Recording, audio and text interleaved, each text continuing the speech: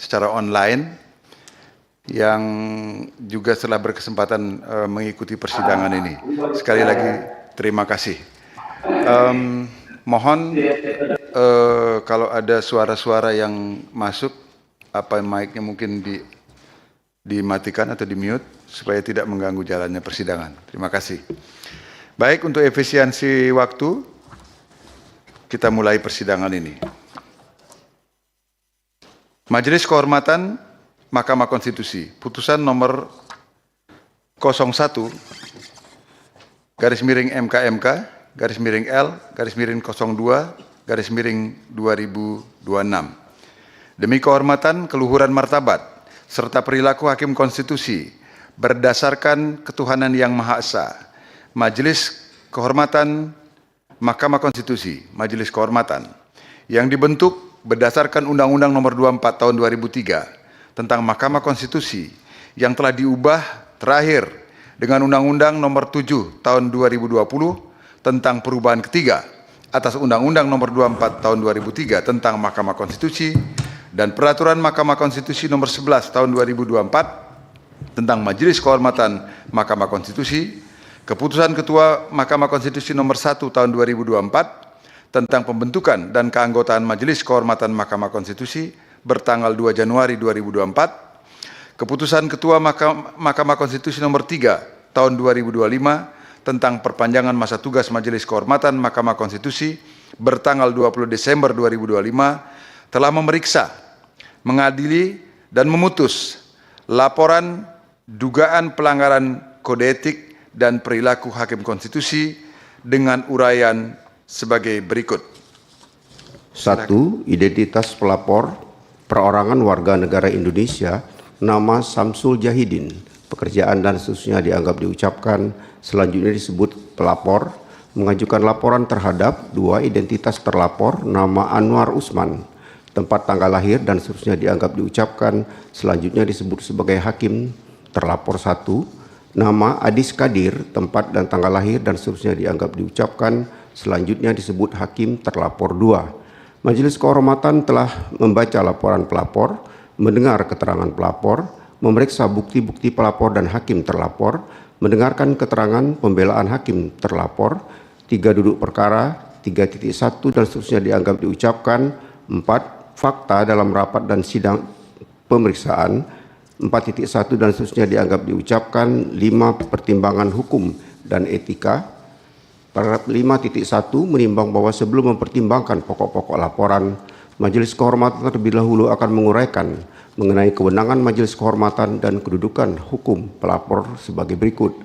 Kewenangan Majelis Kehormatan menimbang bahwa sebelum Majelis Kehormatan mempertimbangkan mengenai dugaan adanya pelanggaran kode etik dan perilaku hakim konstitusi, Majelis Kehormatan perlu untuk terlebih dahulu menguraikan mengenai ruang lingkup kewenangan yang dimilikinya dalam kaitannya dengan laporan akuo.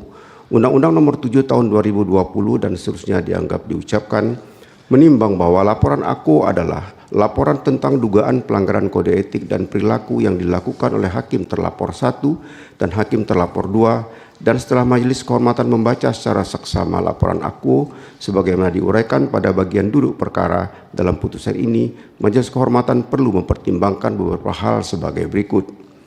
Berkenaan dengan laporan yang diajukan oleh pelapor terhadap hakim terlapor 1 Anwar Usman, Majelis Kehormatan mempertimbangkan bahwa 1. Laporan yang diajukan oleh pelapor atas dugaan pelanggaran kode etik dan perilaku yang dilakukan oleh terlapor 1 tidak memenuhi unsur-unsur kejelasan atau kabur.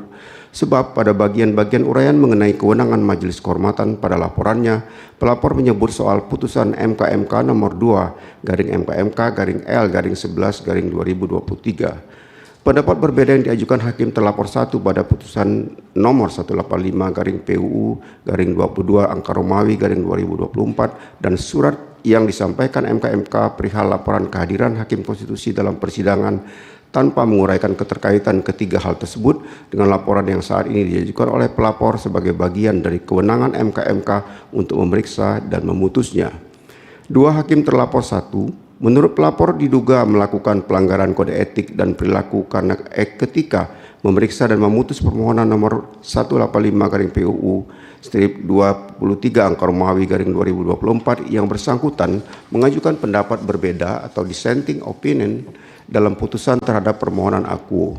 Pelapor tidak menjelaskan secara terperinci, diikuti dengan fakta-fakta atas peristiwa yang menunjukkan tindakan hakim terlapor 1 yang melanggar kode etik, khususnya atas prinsip independensi sebagaimana disampaikan oleh pelapor. Selain itu, dugaan pelanggaran yang disampaikan oleh pelapor juga tidak disertai dengan fakta-fakta yang menunjukkan adanya hal yang mempengaruhi hakim terlapor 1 ketika memeriksa dan memutus perkara sehingga mengidentifikasikan adanya keberpihakan yang melanggar prinsip independensi. 3. Majelis Kehormatan menangkap maksud yang hendak disampaikan pelapor bahwa pelanggaran prinsip independensi yang dilakukan oleh hakim terlapor 1 ketika memutus permohonan nomor 185/PUU 23 angka Romawi garing 2024 hanya berkenaan dengan hubungan kekerabatan yang dimiliki antara hakim terlapor 1 dengan presiden dalam kurung periode 2014-2019 dan periode 2019-2024. Akan tetapi, dugaan ini tidak diikuti dengan uraian fakta dan peristiwa dari tindakan hakim terlapor 1 yang menunjukkan bahwa hubungan kekerabatan tersebut memiliki pengaruh dalam memutus permohonan nomor 185/PUU 23/2024. Selain tidak diikuti dengan uraian fakta, pelapor juga tidak mendukung dugaan pelanggarannya dengan bukti-bukti awal yang cukup. 4. Meskipun laporan yang diajukan pelapor memenuhi syarat-syarat administratif untuk diregistrasi dan diperiksa dalam sidang awal untuk dapat memperoleh penjelasan dan keterangan lebih lanjut mengenai laporannya, Majelis Kehormatan tidak menemukan kejelasan fakta yang disampaikan pelapor atas tindakan hakim terlapor 1 yang diduga melanggar prinsip independensi ketika memutus permohonan nomor 185/PUU 23 angka Romawi garing 2024. Selain itu, Majelis Kehormatan perlu menegaskan batasan kewenangan yang dimilikinya yang tidak termasuk menilai atau mengevaluasi putusan yang telah dijatuhkan Mahkamah Konstitusi termasuk putusan nomor 185/PUU 23 angka Romawi garing 2024.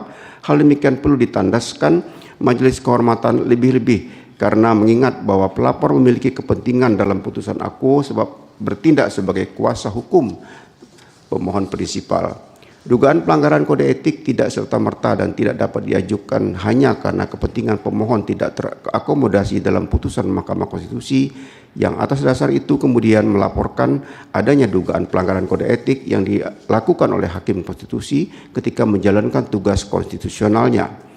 Majelis Kehormatan membuka kemungkinan memeriksa laporan mengenai dugaan pelanggaran kode etik dan perilaku yang erat kaitannya dengan tugas dan fungsi Hakim Konstitusi, namun harus didukung oleh uraian fakta yang jelas dan didukung oleh alat bukti yang cukup dan meyakinkan. Sepanjang berkenaan dengan pendapat berbeda atau dissenting opinion yang dilajukan oleh Hakim Konstitusi, hal itu merupakan hak penuh Hakim Konstitusi yang dijamin oleh undang-undang, dalam hal ini Undang-Undang Mahkamah Konstitusi, VD Pasal 45 ayat 10 Undang-Undang Mahkamah Konstitusi, sehingga tidak dapat dipandang sebagai pelanggaran kode etik dan perilaku Hakim Konstitusi. Dengan demikian, permasalahan tersebut bukan merupakan kewenangan Majelis Kehormatan. Selanjutnya, terhadap laporan atas dugaan pelanggaran yang dilakukan oleh Hakim terlapor 2 dalam kurung Adis Kadir, Majelis Kehormatan mempertimbangkan hal-hal sebagai berikut.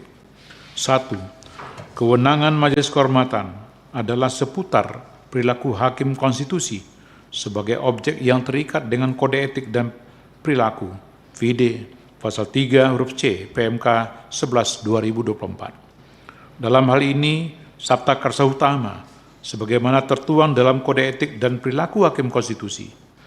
Majelis Kehormatan tidak memiliki kewenangan untuk memeriksa dan mengadili perilaku seseorang yang tidak terikat oleh Sabta Karsa Utama, baik ketika seseorang belum menjabat sebagai Hakim Konstitusi maupun setelah purna tugas dari jabatan Hakim Konstitusi. 2. Laporan yang diajukan pelapor menguraikan tindakan-tindakan yang dilakukan oleh Hakim terlapor 2 sebelum menjabat sebagai Hakim Konstitusi, utamanya dalam kapasitasnya sebagai anggota Dewan Perwakilan Rakyat atau DPR. Tindakan tersebut jelas tidak bisa dan tidak mungkin diukur dengan Sabta Karsa Utama, melainkan harus dengan kode etik yang mengikat dirinya sesuai dengan jabatannya. inkasu sebagaimana dituangkan dalam Peraturan DPR Nomor 1 Tahun 2015 tentang Kode Etik Dewan Perwakilan Rakyat Republik Indonesia. Jika dibaca secara verbatim, sebagaimana tertuang dalam laporannya, pelapor pun sesungguhnya menyadari hal ini dengan kerap menyebut status hakim terlapor 2 dengan istilah calon hakim konstitusi. Meskipun telah diberikan kesempatan untuk perbaiki laporannya dalam sidang yang diselenggarakan oleh Majelis Kehormatan. Hal ini sekaligus menunjukkan ketidakcermatan pelapor yang berimplikasi pada kaburnya atau kacaunya laporan. 3. Selain itu, pelapor juga menguraikan kekhawatirannya atas proses pemilihan hakim terlapor 2 menjadi hakim konstitusi melalui jalur DPR sebagai lembaga negara yang berwenang mengajukan hakim konstitusi untuk menggantikan posisi hakim konstitusi Arif Hidayat serta kemungkinan pelanggaran atas prinsip independensi sebagai konsekuensi dari proses pemilihan tersebut. Bentuk kekhawatiran pelapor bukanlah merupakan fakta atas tindakan yang telah dilakukan oleh hakim terlapor 2 yang diduga melanggar kode etik dan perilaku hakim konstitusi. Kewenangan yang dimiliki Majelis Kehormatan adalah untuk menilai dan mengevaluasi tindakan hakim konstitusi dengan menggunakan Sabta Karsa Utama sebagai bejana ukurnya. Sabta Karsa Utama tidak dapat digunakan sebagai ukuran untuk memprediksi atau menerawang tindakan yang akan dilakukan oleh hakim konstitusi. 4. Dengan demikian, dugaan pelanggaran sebagaimana diuraikan pelapor telah nyata-nyata tidak termasuk dalam ruang lingkup dari kewenangan yang diberikan kepada Majelis Kehormatan sebagaimana ditetapkan dalam Undang-Undang MK dan PMK nomor 11 tahun 2011. 5.3. Menimbang bahwa oleh karena Majelis Kehormatan tidak berwenang mengadili laporan aku, maka Majelis Kehormatan tidak mempertimbangkan kedudukan hukum pelapor maupun uraian dugaan pelanggaran yang dijadikan sebagai pokok perkara dalam laporan aku. Menimbang terhadap hal-hal lain dan selebihnya tidak dipertimbangkan lebih lanjut karena dinilai tidak ada relevansinya. Amar putusan, mengingat Undang-Undang Nomor 24 Tahun 2003 tentang Mahkamah Konstitusi yang telah diubah terakhir dengan Undang-Undang Nomor 7 Tahun 2020 tentang perubahan ketiga atas Undang-Undang Nomor 24 Tahun 2003 tentang Mahkamah Konstitusi dan Peraturan Mahkamah Konstitusi Nomor 11 Tahun 2024 tentang Majelis Kehormatan Mahkamah Konstitusi memutuskan, menyatakan Majelis Kehormatan tidak berwenang memeriksa, mengadili, dan memutus laporan aku. Demikian diputus dalam rapat Majelis Kehormatan oleh 3 anggota Majelis Kehormatan, yaitu Idewa Gede Palguna sebagai Ketua Merangkap Anggota, Ridwan Mansur sebagai Sekretaris Merangkap Anggota, dan Yuliandri sebagai anggota pada hari Rabu tanggal 25 bulan Februari tahun 2026 dan diucapkan dalam sidang pleno Majelis Kehormatan Mahkamah Konstitusi yang terbuka untuk umum pada hari Kamis tanggal 5 bulan Maret tahun 2026 selesai diucapkan pada pukul 11:45 oleh 3 anggota Majelis Kehormatan Mahkamah Konstitusi, yaitu Idewa Gede Palguna sebagai Ketua Merangkap Anggota, Ridwan Mansur sebagai Sekretaris Merangkap Anggota, dan Yuliandri sebagai anggota. Kita lanjut dengan putusan nomor 02. Majelis Kehormatan Mahkamah Konstitusi, putusan nomor 02/L/L/02/2026. Demi kehormatan, keluhuran martabat serta perilaku hakim konstitusi berdasarkan ketuhanan yang Maha Esa, Majelis Kehormatan Mahkamah Konstitusi, Majelis Kehormatan yang dibentuk berdasarkan Undang-Undang Nomor 24 Tahun 2003 tentang Mahkamah Konstitusi dan seterusnya dianggap diucapkan, telah memeriksa, mengadili, dan memutus laporan dugaan pelanggaran kode etik dan perilaku hakim konstitusi dengan uraian sebagai berikut. 1. Identitas pelapor, perorangan warga negara Indonesia, nama Edi Rudianto, pekerjaan dan seterusnya dianggap diucapkan. Selanjutnya disebut pelapor, mengajukan laporan terhadap identitas terlapor, nama, Adis Kadir, tempat dan tanggal lahir dan seterusnya dianggap diucapkan, selanjutnya disebut hakim terlapor. Majelis Kehormatan telah membaca laporan pelapor, mendengar keterangan pelapor, memeriksa bukti-bukti pelapor dan hakim terlapor, mendengar keterangan dan pembelaan hakim terlapor, 3 duduk perkara, 3.1 dan seterusnya dianggap diucapkan, 4 fakta dalam rapat dan persidangan pemeriksaan. Paragraf 4.1 dan seterusnya dianggap diucapkan, 5 pertimbangan hukum dan etika, 5.1 menimbang bahwa sebelum mempertimbangkan pokok-pokok laporan, Majelis Kehormatan terlebih dahulu akan menguraikan mengenai kewenangan Majelis Kehormatan dan kedudukan hukum pelapor sebagai berikut. Kewenangan Majelis Kehormatan 5.2 menimbang bahwa sebelum Majelis Kehormatan mempertimbangkan mengenai dugaan adanya pelanggaran kode etik dan perilaku hakim konstitusi, Majelis Kehormatan perlu untuk terlebih dahulu menguraikan mengenai ruang lingkup kewenangan yang dimilikinya dalam kaitannya dengan laporan aku. Undang-Undang Nomor 7 Tahun 2020 dan seterusnya dianggap diucapkan. Menimbang bahwa laporan aku adalah laporan tentang dugaan pelanggaran kode etik dan perilaku yang dilakukan oleh hakim terlapor, dan setelah membaca dan membandingkan secara saksama laporan aku dengan laporan nomor 01/MKMK/L/02/2026 yang diajukan oleh Samsul Jahidin, khususnya pada bagian uraian dugaan pelanggaran kode etik dan perilaku, ada kesamaan persis dalam dalil-dalil yang diutarakan pada laporan kedua laporan. Kemiripan tersebut tidak hanya dalam hal konsep dan dugaan fakta yang disampaikan, bahkan juga kemiripan dalam kata per kata hingga gambar yang dibuat dalam kelaporan. Oleh sebab itu, pertimbangan dan putusan Majelis Kehormatan dalam putusan nomor 01/MKMK/L/02/2026 sepanjang berkenaan dengan hakim terlapor adalah berlaku sama dengan laporan aku mutatis mutandis, yaitu 1, 2, 3, dan 4 dianggap diucapkan. 5.3 menimbang bahwa oleh karena Majelis Kehormatan tidak berwenang mengadili laporan aku, maka Mahkamah tidak mempertimbangkan kedudukan hukum maupun uraian dugaan pelanggaran yang dijadikan sebagai pokok perkara dalam laporan aku. 5.4 menimbang bahwa terhadap hal-hal lain dan selebihnya yang tidak dipertimbangkan lebih lanjut karena dinilai tidak ada relevansinya.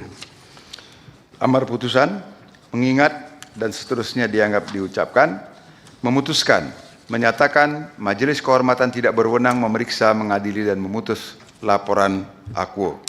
Demikian diputus dalam rapat Majelis Kehormatan oleh 3 anggota Majelis Kehormatan, yaitu Idewa Gede Paguna sebagai Ketua Merangkap Anggota, Ridwan Mansur sebagai Sekretaris Merangkap Anggota, dan Yuliandri sebagai anggota pada hari Rabu tanggal 25 bulan Februari tahun 2026 dan diucapkan dalam sidang pleno Majelis Kehormatan Mahkamah Konstitusi terbuka untuk umum pada hari Kamis tanggal 5 bulan Maret tahun 2026 selesai diucapkan pada pukul 11:50 waktu Indonesia Barat oleh 3 anggota Majelis Kehormatan Mahkamah Konstitusi, yaitu Idewa Gede Paguna sebagai Ketua Merangkap Anggota, Ridwan Mansur sebagai Sekretaris Merangkap Anggota, dan Yuliandri sebagai anggota.